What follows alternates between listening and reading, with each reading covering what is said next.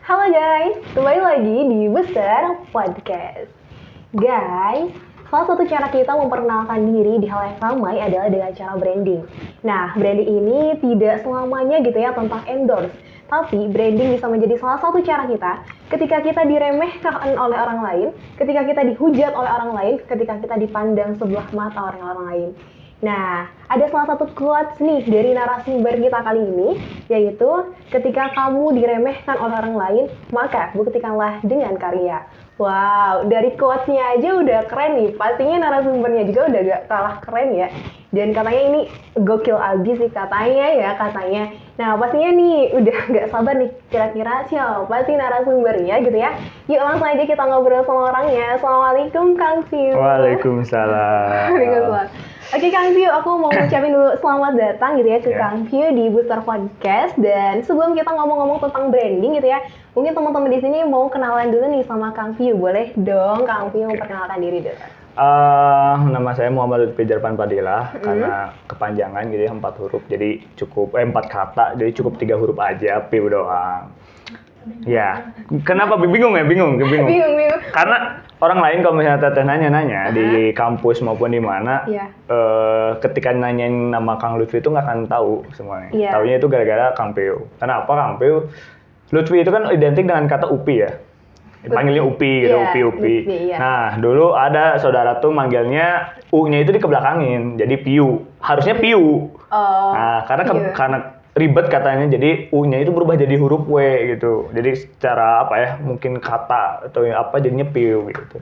Dan itu bakal jadi kepake dari zaman SMA sih, Piu itu. Oh, Piu, berarti itu tuh panggilan dari orang-orang sekitar gitu ya? Iya. Bukan kayak panggilan ada arti kayak gitu? Enggak ada. Enggak, berarti cuma panggilan dari orang-orang sekitar. Iya. Oke Kang, ngomong-ngomong tentang branding diri nih Kang. Nah, branding itu sebenarnya apa sih?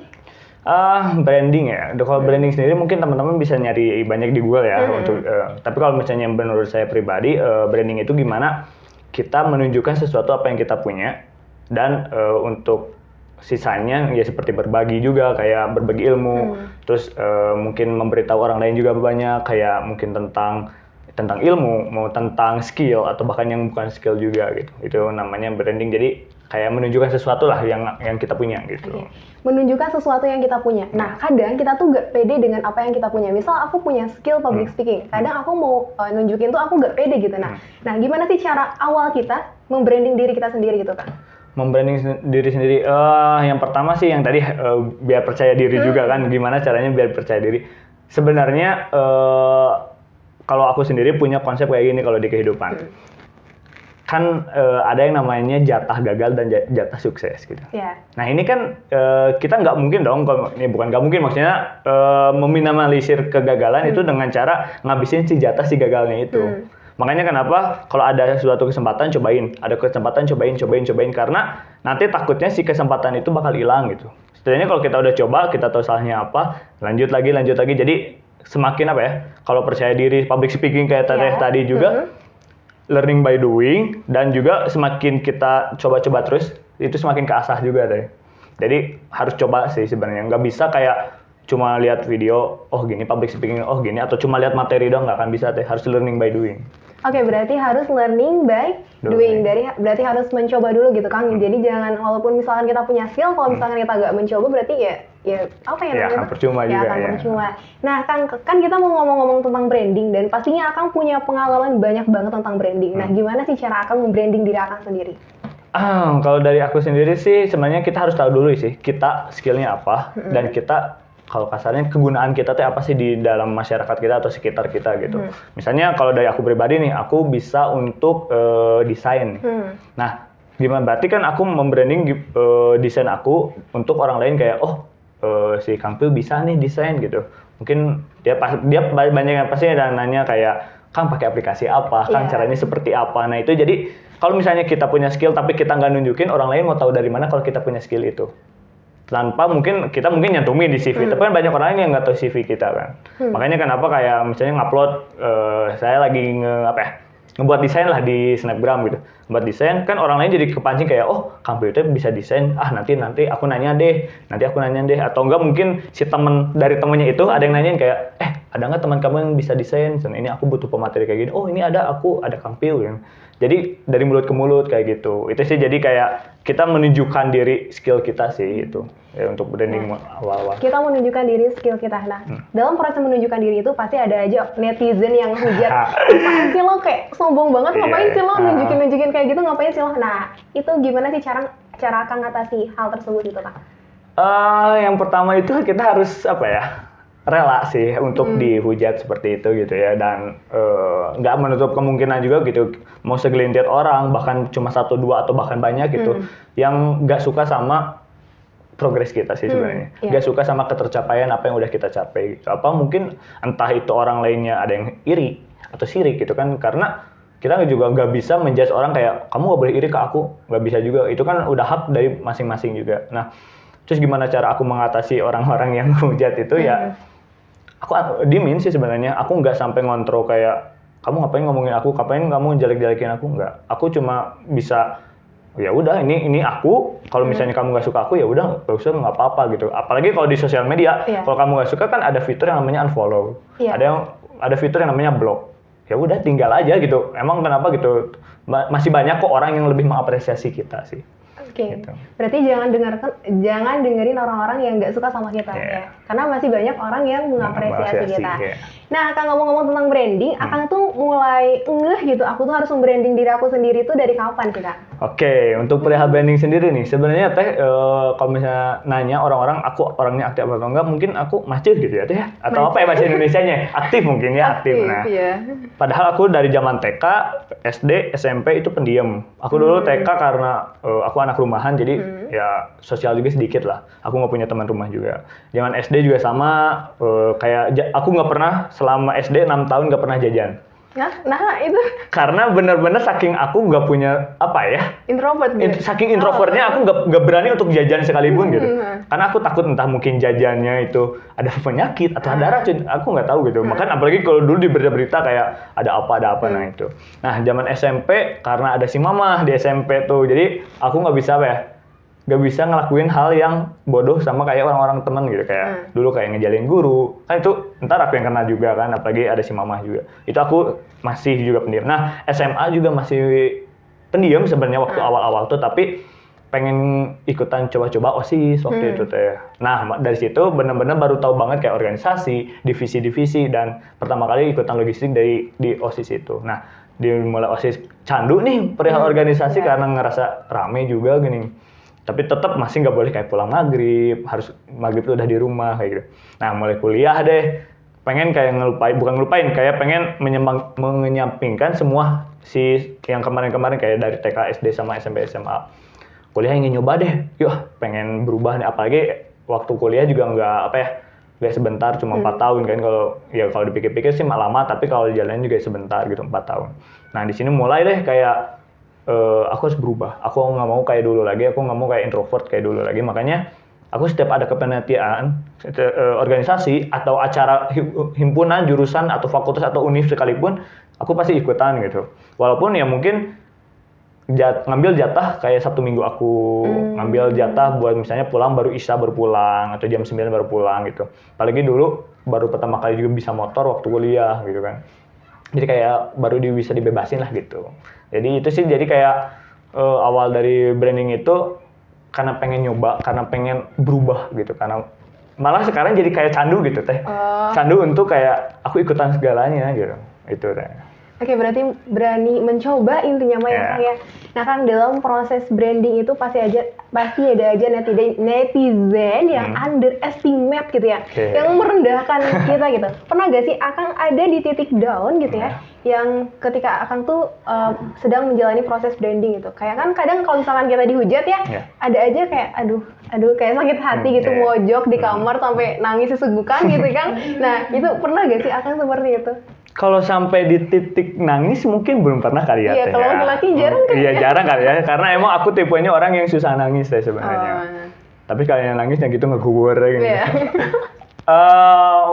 Di underestimate mungkin udah kayak bagian hidup aku gitu Teh. Wah, kenapa tuh Kang? Setengah hidup aku gitu. Karena aku dari dulu karena emang gimana ya? Aku nggak mau sombong nih ya, tapi emang kenyataan gitu. Maka tanyakan saja pada guru-guru di dulu gitu. Zaman TK sama SD itu aku pasti selalu peringkat. Ya minimal peringkat 2, bahkan 5 besar lah, nggak pernah diturun dari 5 besar gitu. Zaman SMP juga pasti masuk 10 besar, 15 besar lah paling ini. SMA juga sama, nggak pernah kayak sampai 15 ke atas gitu, nggak pernah. Terus kenapa gitu? Padahal dulu ya zaman TK, zaman SD, SMP juga masih suka main-main gitu. SMA apalagi SMA juga sama OSIS, dispen ya gitu, yang nggak pernah jarang masuk kelas. Tapi tetap banyak orang lain kayak, kok kamu bisa gitu untuk dapat nilai gede, untuk kamu bisa mencapai sesuatu ini. Nah, terus apalagi yang di kuliah yang paling aku rasa banget, mungkin juga nanti teman-teman yang nonton ini juga, mungkin teman-teman kelas aku juga. Aku sering banget di underestimate waktu selama kuliah. Kenapa teh? Karena jujur aku waktu kuliah aku selalu tidur. Bukan selalu sih, suka tidur gitu. Karena emang aku tipenya yang gadang teh ya, dan jam 7 itu sudah berangkat. Kadang aku juga kuliah jam 7 datang jam setengah 8 atau bahkan jam 8 gitu. Jadi aku udah biasa lah untuk jadi telat gitu kan. Dan emang besoknya aku berubah datang jam 7, tapi besoknya lagi datang lagi jam 8 atau setengah 8. Jadi orang-orang, teman-teman aku juga udah aku tuh si tukang telat, terus si tukang tidur di kelas tuh. Dan aku juga aktif organisasi sana sini dan sibuk lah bisa dibilang gitu, padat gitu. Nah, terus ada satu momen ketika ulangan lah, bukan ulangan ujian ya, UTS, UAS ya gitu kan. Nah, ya aku kayak biasa, maksudnya karena aku ngerasa, kayaknya kuliah mah bukan perihal pinternya doang teh. Karena aku tahu kuliah itu yang penting kita kenal dulu sama dosennya, kita dekat sama dosen, terus kita setidaknya nggak perlu dihafal tapi paham kan sama materinya apa yang diajarkan gitu. Jadi makanya ketika UTS dan UAS aku nilainya gede dan IP pun gede, teman-teman yang tahu pun pada ngeremehin sih, kayak kok mana bisa sih, kayak kamu padahal tukang tidur, telat, tapi kenapa nilai gede gitu? Iya. Apakah kamu pakai, biasa orang-orang pasti netizen mikirnya gini, itu mah gara-gara dekat sama dosen. Ya, makanya kenapa aku waktu kuliah selama 4 tahun aku dipanggil anak departemen. Karena emang benar aku ikutan kayak akreditasi, aku ngekenal sama semua dosen juga semua kenal sama aku. Ya terus gimana gitu, karena aku tahu trik di kuliah itu bukan pintar doang, rajin juga percuma deh. Yang penting kehadiran sama dekat sama dosen. Nah aku ngambil itu deh, makanya karena aku udah tahu triknya itu kan. Kalau misalnya zaman SMP SMA nilai masih perlu kan, jadi nilai gede pinter, nilai gede ranking. Nah kalau misalnya di kuliah mah enggak. Nah aku udah tahu triknya itu. Nah terus ada lagi momen di underestimate lagi adalah ketika aku misalnya dicalonin lah untuk menjadi ketua, aku selalu gagal. Nggak apa-apa lah gitu. Aku di situ legowo, mungkin bukan pilihan teman-teman aku, mungkin ada yang lebih baik gitu. Tapi yang paling kena dampaknya dan teman-teman mengakuinya itu adalah ketika waktu dulu zaman maba teh. Ingat waktu PAB itu ada yang namanya pemilihan ketua angkatan. Iya. Nah, waktu pemilihan ketua angkatan tuh aku gagal teh. Orang lain lebih memilih si B daripada aku. Ya udah, aku mah mengikuti saja ya permintaan teman-teman, dan pada akhirnya juga sekarang selama 1 tahun terakhir sebelum lulus ketua angkatan hilang teh. Kenapa itu? Nggak tahu kenapa. Ghosting, bener ghosting. Jadi kayak dia kuliah ada, tapi dia langsung pulang lagi. Pas bukan BL tuh, pas jamnya habis dia langsung pulang. Habis pulang. Jadi dia nggak ngurusin angkatan lagi, dan teman-teman pada kita kayak kehilangan seorang pemimpin kan. Nah dari situ kayak mereka ada bilang ke aku kayak mereka nyesal memilih si B, dan kenapa nggak milih aku kan? Ya aku mah dengan entengnya ngomong, ya kenapa nggak milih aku gitu dari awal gitu. Sekarang gimana, ya udah aku yang backup gitu kayak gitu. Terus kalau untuk yang ketua-ketua yang lain mah itu mah ya udahlah, aku udah berani mengikhlaskan lah untuk itu mah. Nah yang paling terakhir nih teh, yang di momen yang paling di underestimate selama kuliah ini adalah waktu aku skripsian deh. Proposal. Dimulai dari proposalan, terus revisian, terus bimbingan, atau bahkan semua. Ada yang iri sama aku, ada yang sirik sama aku. Kenapa? Kenapa dapat dosen yang enak? Ya aku nggak tahu kan, aku nggak milih juga. Itu kalau dosen emang nggak milih ya? Aku milih, bahkan gini teh, aku tuh udah milih. Yang satu itu kan pasti dosen pembimbing akademi. Yang kedua itu milih. Tapi padahal aku adalah satu-satu, kayaknya deh, aku kalau nggak satu-satunya atau salah satunya orang yang aku udah milih dosen yang kedua, tapi aku mendapatkan apa yang nggak aku pilih. Jadi aku milih misalnya dosen A, tapi aku malah dapatnya dosen C. Yang baik gitu. Ya aku nggak tahu itu baik atau enggak. Padahal kan kalau aku milih kan aku pasti tentu yang terbaik untuk aku kan. Tapi aku dikasihnya yang lain. Ketika yang lain mah milih dosen A dosen B teh pasti yang keterimanya AB atau CD. Aku mau dapetnya yang lain dan di situ kayak kenapa ya kenapa kadang nggak adil kayak gini. Tapi setelah itu aku mencoba kayak ikhlas, ya udahlah mungkin ini yang bagus buat aku dan baik buat aku, dan ternyata bang bener teh si pilihannya teh emang bener, si bapak ini tuh yang membantu aku banget gitu. Padahal aku juga ke si bapaknya sebelah mata gitu kayak, si bapak ini nggak akan bisa bantu aku deh, ini kayaknya nggak akan bisa bantu aku deh. Ternyata bisa teh, bahkan tanpa si bapak itu, aku nggak akan mungkin bisa lulus deh. Nah, ketika aku mencapai udah beres, kayak bab 1 beres, bab 2 beres, terus ada yang ngumpulin persyaratan, aku bisa dibilang aku orang yang pertama yang ngumpulin. Karena gini deh, kalau misalnya kita tugas dikumpulin tanggal 17, Iya.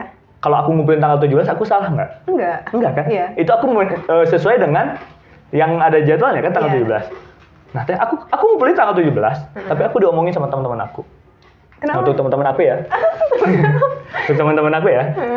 Aku tanggal 17 aku tetap diomongin teh. Padahal aku ngumpulinnya tanggal 17 loh, sesuai jadwal. Iya. Ya mungkin aku orang yang pertama bahkan atau orang kedua. Kayak ngumpulin ya hanya foto sama kayak print kakak atau apalah gitu. Aku ngumpulin pertama dan orang-orang pada ngomongin aku kayak, kok si Piu bisa sih yang duluan? Kok si Piu soan sih? Aduh. Karena aku kan selalu memposting apa yang udah aku kerjakan, karena itu adalah kado buat aku. Karena aku nggak bisa mengharapkan apresiasi dari orang lain, kecuali kamu bisa mengapresiasi diri sendiri. Itu yang aku pegang. Makanya kenapa aku kayak ngupload sesuatu itu kado buat aku sih, apresiasi kayak, Piu, mana udah sampai sejauh ini, terima kasih buat mana sendiri. Nah, kayak gitu. Nah, ketika aku kayak gitu banyak yang reply story, ada yang kayak nyemangatin teh, banyak yang nyemangatin, bahkan yang nyemangatin itu di luar dari jurusan aku. Relasi-relasi aku yang di luar kayak semangat Kang Piu, semangat Piu, semangat Piu, semangat. Tapi nggak ada, jarang teh kalau yang di jurusan aku, mungkin karena emang saingan juga kan.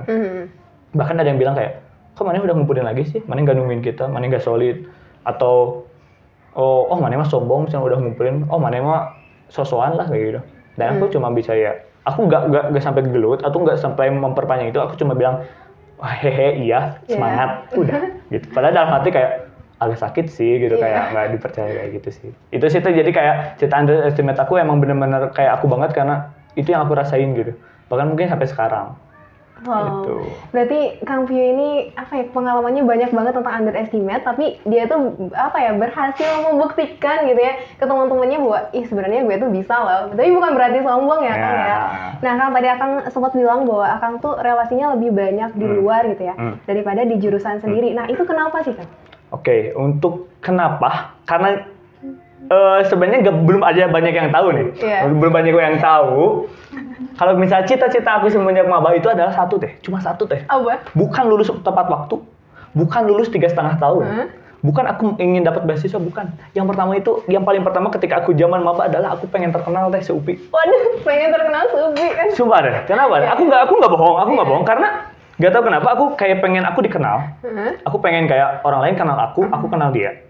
Aku kenal dia, aku kenal ini. Aku butuh apa, aku ada. Kenal ini. Aku butuh jurusan matematika, aku kenal. Fisika ada. Atau yang bahkan akuntansi aku ada. Aku pengen kayak gitu dari awal, dari semenjak maba aku pengen terkenal. Bukan aku pengen jadi ketua ini. Aku pengen enggak. Aku enggak sampai kayak gitu. Aku cuma pengen terkenal doang. Dan itu cita-cita aku. Makanya aku mikir, ya aku nggak bisa kalau disebut cita-cita, bukan cita-cita kali ya, tujuan ya. Iya, target gitu. Target lah ya, target. Nah, target aku untuk terkenal lagi itu, ya aku harus tahu dong, aku harus gimana. Yaitu aku ikutan organisasi jurusan. Sedangkan kalau jurusan aku bisa kenal sama kakak tingkat, sama adik tingkat, sampai yang angkatan paling pasti. Ikutan yang di fakultas, sedangkan aku yang di fakultas aku kenal gitu, 9 jurusan. Yang se-Univ aku juga ikutan, karena aku juga ikutan sana sini. Aku ikut Mongkaku, aku panitianya. Dan itu aku benar-benar kayak, ini pintu-pintu untuk aku biar terkenal itu kan, terkenal itu. Dan yang yang nggak sampai aku sesali itu, aku udah lulus nih 4 tahun.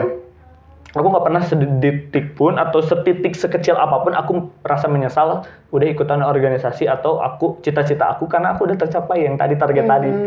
Ya aku kalau mau bukan sombong sih dia emang kenyataan gitu ya ini mah.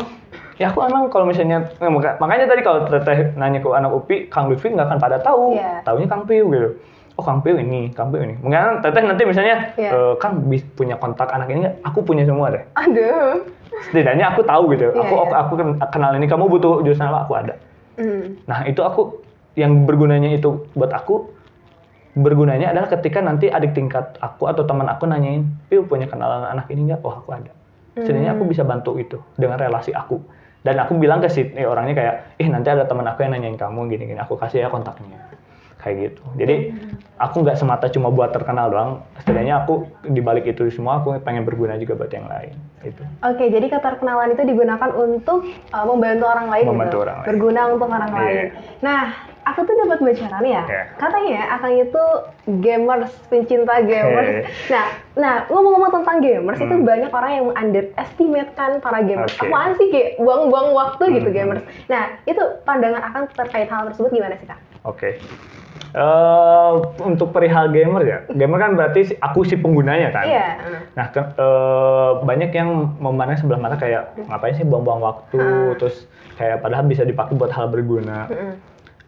Aku gini deh, terkadang ketika kita udah mencapai sesuatu atau sedang mengerjakan sesuatu itu kan pasti capek. Apresiasi buat diri kita apa sih? Mungkin kalau misalnya untuk pecinta game ya dia main game. Tapi kalau misalnya orang yang suka makan ya dia makan. Kadang kan ada orang kayak apresiasi diri kayak misalnya dia habis beli donat, dia beli buat dia sendiri, ya udah. Kalau aku sendiri aku main game gitu, kayak aku melampiaskan semua kepenatan aku dalam game. Ya walaupun kadang main game juga ada stresnya dikit, tapi buat aku let it flow lah gitu untuk main game. Terus kayak orang-orang yang mandang sebelah mata main game, mereka nggak pernah berarti mereka nggak ngerasain apa passion dia ada di situ. Ya mungkin ketika dia, oke lah, aku nggak jadi masalah kalau misalnya dia memandang sebelah mata. Iya. Berarti dia passionnya bukan di game. Seorang yang bilang itu. Ya mungkin dia passionnya mungkin belanja lah misalnya. Terus ketika dia belanja, terus sama orang lain diginiin, ngapain sih belanja buang-buang uang? Nah, iya. Dia pun bakal bilang, ini mah buat kebahagiaan aku. Ya sama, main game pun seperti itu gitu. Jadi kayak, ya itu kebahagiaan aku juga gitu. Jadi setiap orang juga akan beda. Itu sih sebenarnya. Jadi untuk refreshing diri di kala penatnya kuliah ya, Kang betul ya? Deh. Nah, Kang, tadi Akang bilang Akang itu kan suka main game, terus Akang suka tidur juga di kelas, kemudian Akang aktif organisasi. Tapi anehnya, katanya Kang Pio ini lulus tepat waktu 4 tahun dan sekarang lagi S2 gitu ya, di UPI juga. Nah, itu kiat-kiatnya gimana sih Kang cara manajemen waktunya gitu kan? Oke, yang pertama itu kita harus, mungkin kalau aku mau tips yang paling benar-benar tips adalah kalian buat jadwal sih. Tapi itu aku sendiri pun sulit untuk membuat jadwal itu karena kadang juga kan ada acara yang dadakan atau enggak ada agenda yang tabrakan. Jadi kayak males lagi buat jadwalnya. Harusnya mah kalau kalian buat jadwal biar terorganisir. Tapi kalau dari aku pribadi cara aku manajemen waktu itu adalah lihat dulu skala prioritasnya deh. Kalau misalnya dalam keadaan ada momen barengan, waktu itu aku pernah ada 3 waktu yang sama, ada 3 kegiatan yang sama di jurusan, di fakultas, sama di univ. Dulu di jurusan waktu itu saya masih ngejabat jadi ketua komisi mikat, mengawasi bidang minat dan bakat. Di fakultas saya menjadi ketua bidang mikat, dan di univ saya menjadi anggota kominfo. Nah, waktu itu 3 ini ada agenda. Yang pertama, yang di jurusan itu lagi ada pembahasan kaderisasi, kayak peraturan kaderisasi. Di yang fakultas lagi sedang ada wawancara. Nah, saya yang ngewawancaranya. Kalau di univ ada raker BEM-REMA waktu itu. Nah, di 3 ini bareng deh harinya. Hari yang sama dan jam yang sama. Kalau misalnya saya memilih skala yang paling tinggi, saya milih di univ. Iya. Kalau skala paling tinggi. Tapi kalau misalnya saya ngisi di skala kekeluargaan dan kedekatannya di Advent, di jurusan. Tapi kenapa saya nggak milih yang di fakultas ya? Karena kalau berbicara skala tinggi dan rendah itu. Tapi kalau misalnya saya bilang skala prioritasnya itu bukan kitanya yang tadi, bukan lihat dari tinggi dan rendahnya si strata ini, bukan. Tapi bagaimana kita berguna di antara 3 ini. Bukan berguna, pentingnya kita, vitalnya kita di sini. Saya di jurusan juga, saya jadi ketua komisi mikat, kasarnya ya nggak ada gunanya untuk di pembahasan kaderisasi. Oke, saya skip di situ. Di BEM-REMA, saya raker, saya cuma anggota. Toh ada ketua saya, toh bahkan ada teman saya juga raker mah, toh raker juga bisa dikasihin PPT-nya ke saya, gitu. Nah yang kedua baru deh saya yang mewawancara karena saya vital di situ. Tanpa saya proses wawancara nggak akan berjalan. Iya. Nah kayak gitu, jadi saya lebih memilih di sini. Jadi lebih memilih skala prioritasnya itu adalah gimana kita vitalnya di momen itu gitu. Atau kalau misalnya pernah 2 teman saya ada lagi sidang. Yang pertama teman jurusan, yang kedua adalah teman univ. Kita lihat dulu jamnya, terus kita jangan ya kalau misalnya kita nggak mau menyakiti hati keduanya, kan kita harus datang keduanya nih. Iya. Ya udah kita datang keduanya, tapi gimana kita caranya untuk mengatur jadwal kita, kayak misalnya paginya ke sini, sorenya ke sini, kayak gitu. Terus kalau misalnya untuk yang tadi teh, yang perihal main game, organisasi sama skripsi. Jujur kemarin waktu ngerjain skripsi, saya cuma 1 jam 2 jam ngerjain skripsi, cuma 1 jam 2 jam. Sisanya itu berarti kalau bisa dibilang 22 jamnya itu main game dan tidur. Apalagi dulu waktu itu masih zaman puasa ya. Zaman puasa itu sahur deh, kita ngitung deh sahur. Sahur masih biasa sampai ya jam 5 dah, soal subuh. Nah dari situ tidur deh. Aku tidur kadang kebluk, nggak zuhur, nggak juga asar. Bahkan jam 4 tuh berbangun. Gak zuhur, gak asar tuh apa? Maksudnya bangun, sholat, tidur lagi ya. Gitu. Asar pun sama kayak gitu. Iya. Bangun jam 4, terus ya kadang main game atau nonton atau apa sampai jam 6, buka puasa, tarawehan. Main game dari situ, nggak ngerjain dulu skripsi. Karena belum dapat passionnya sih, belum dapat kayak pencerahannya lah kalau kata orang-orang. Saya main game dulu, saya ngumpulin dulu mood. Ketika udah beres, baru jam 12 atau jam 1 saya baru bisa ngerjain skripsi. Jam ngerjain skripsi sampai subuh, sampai sahur, ngerjain skripsi beres. Ya kalau misalnya gini, kan ada orang yang aku harus paksain ini, kalau enggak kapan lagi gitu. Iya. Kalau aku tipenya kalau ngantuk ya tidur. Karena aku nggak bisa ngerjain skripsi kalau sambil ngantuk dan dipaksain. Nggak akan bener soalnya. Entah itu mungkin tipe atau salah ngitung atau gimana. Nah, terus kan kenapa bisa aktif organisasi juga? Waktu itu di momen yang sama juga. Yang tadi udah diceritain jadwal tadi, masukin mumas teh. Bayangin. Dulu kan mumas online ya, waktu mumas online pertama lah gitu. Bulan-bulan Maret, April lah. Nah, mumas ini dia berjalannya dari jam 8 pagi sampai menuju mau maghrib. Sampai mau buka. Nanti dilanjut lagi beres tarawehan jam 9 bahkan sampai subuh. Nah, terus saya ngerjain skripsinya kapan?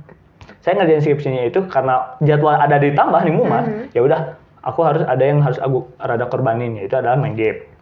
Oke, udah aku lebih pentingin dulu mumas kan daripada main game. Ketika aku beres nih, yang bisa sholat subuh langsung tidur. Dan yang kebluk itu, karena aku tahu nanti jam 9 bakal ada mumas, ya udah, aku cara nunggu mumas itu bukan dengan main game, aku ngerjain skripsi. Karena aku nggak tahu kapan lagi harus aku ngerjain skripsi, makanya nanti dari jam 5 sampai jam 9 aku skripsian. Atau mungkin kalau capek ya jam 5 cuma sampai jam 7 sisanya main game. Gitu sih, jadi kayak game juga emang bagian dari aku. Aku nggak bisa teh sehari nggak megang HP. Nggak mau megang HP, sosial media atau mungkin main game, aku nggak bisa. Jadi kuota harus bisa full selalu. Gitu sih. Karena itu merupakan passion dari Kang Pyu dan enjoy aja gitu ya. Jadi ngerjain skripsinya juga enjoy gitu ya. Nah, salah satu cara kita membranding diri kan di sosial media ya. Aku tuh sempat ngepoin Instagramnya Kang Pyu gitu dah. Ada beberapa akun TikTok di sana. Sebenarnya di TikTok itu merupakan salah satu branding gitu ya, cara branding Kang Pyu atau emang kayak ya sekedar refreshing aja gitu di TikTok. Sebenarnya kalau misalnya untuk yang udah lihat IG aku, lihat aja di itu karena kegabutan deh sebenarnya. Karena dulu zaman apa sih yang waktu awal-awal pandemi deh. Kan itu ditiadakan langsung semua perkuliahan. Nah, waktu itu saya lagi PPL diputuskan kan ya, udah istirahat aja di rumah. Nah, di rumah bingung mau ngapain lagi. Itu pasti teh aku karena dulu nggak ada kesibukan apapun, nonton film sehari bisa sampai 5 kali. 5 film deh. Sampai kuota habis, sampai apalah pokoknya mah. Dan ketika beres itu yang tadi di sosial media, apa ya aku harus ngapain ya? Karena aku bisa desain dan aku lihat Instagram aku agak kurang rapi, ya udah aku ngebuat si ininya teratur gitu kan, si feed-nya gitu. Nah, terus ada momen karena emang aku orangnya suka untuk buat video kayak gitu, ya udah kenapa aku nggak buat, setidaknya aku menghibur orang lain. Aku bukan ingin terkenal di dunia yang kayak gituan, tapi ya udah aku setidaknya menghibur buat diri aku sendiri dan orang lain. Makanya kenapa mungkin Teteh udah lihat di TikTok atau mungkin dilihat video-video yang aku pernah buat, yaitu tentang kayak misalnya tipe-tipe orang tahun baruan atau tipe-tipe orang Jumatan. Jadi sebenarnya orang-orang kayak, ih aku relate banget aku di situ, ih aku relate banget di situ. Itu sih kayak gitu. Jadi karena emang suka aja sih gitu. Suka aja dan buat menghibur orang lain gitu ya Kang. Dan emang sih orang yang nontonnya juga pada ngakak gitu ya. Dengan tingkah-tingkah Kang View yang adalah gitu lah. Oke Kang, ini udah panjang banget kita ngomong tentang personal branding. Nah, ada nggak sih closing statement ya, karena udah panjang ini closing statement dari Kang View untuk teman-teman yang mau personal branding dirinya gitu, tapi mereka tuh masih malu atau kayak gimana gitu. Nah, personal closing statementnya dari Kang View untuk teman-teman semua. Oke, untuk closing statement dari aku nggak bisa untuk berkata-kata indah, tapi mungkin ini berguna buat kalian. Hidup mah seperti Mario Bros. Kenapa? Kalian nggak akan bisa mundur, kalian hanya bisa terus maju dan maju. Kalian juga terus ke depannya. Kita nggak tahu juga di depan ada apa, entah ada musuh atau ada rintangan atau apa. Kalian hanya harus menghadapinya supaya kalian bisa melewati itu. Terus kalian harus benar-benar mencoba. Kurangi jatah gagal kalian untuk biar nanti kalian berhasil. Itu. Oke, berarti hiduplah seperti Mario Bros dan kurangi jatah gagalnya. Waduh, keren banget dan seru banget ya ngobrol kita kali ini. Aku mau ngucapin terima kasih banyak ke Kang View udah datang di Booster Podcast. Dan buat teman-teman semua yang kepo nih sama Kang View, boleh follow IG-nya di apa Kang? MLZF01. MLZF01 dan juga jangan lupa follow TikTok. Apa ya? TikTok-nya di apa Kang? Semuanya sama, ID line mau apa semuanya MLZF01, cari aja. Saya di banyak Twitter gitu. Cari aja dan banyak di Twitter apapun itu MLZ. MLZF01. Oke, MLZ01. Oh, MLZF01. Oh, pokoknya jangan lupa di follow semuanya karena pokoknya nanti kalian pasti ngakak banget ya dengan konten-kontennya Kang View. Oke, makasih banyak Kang View.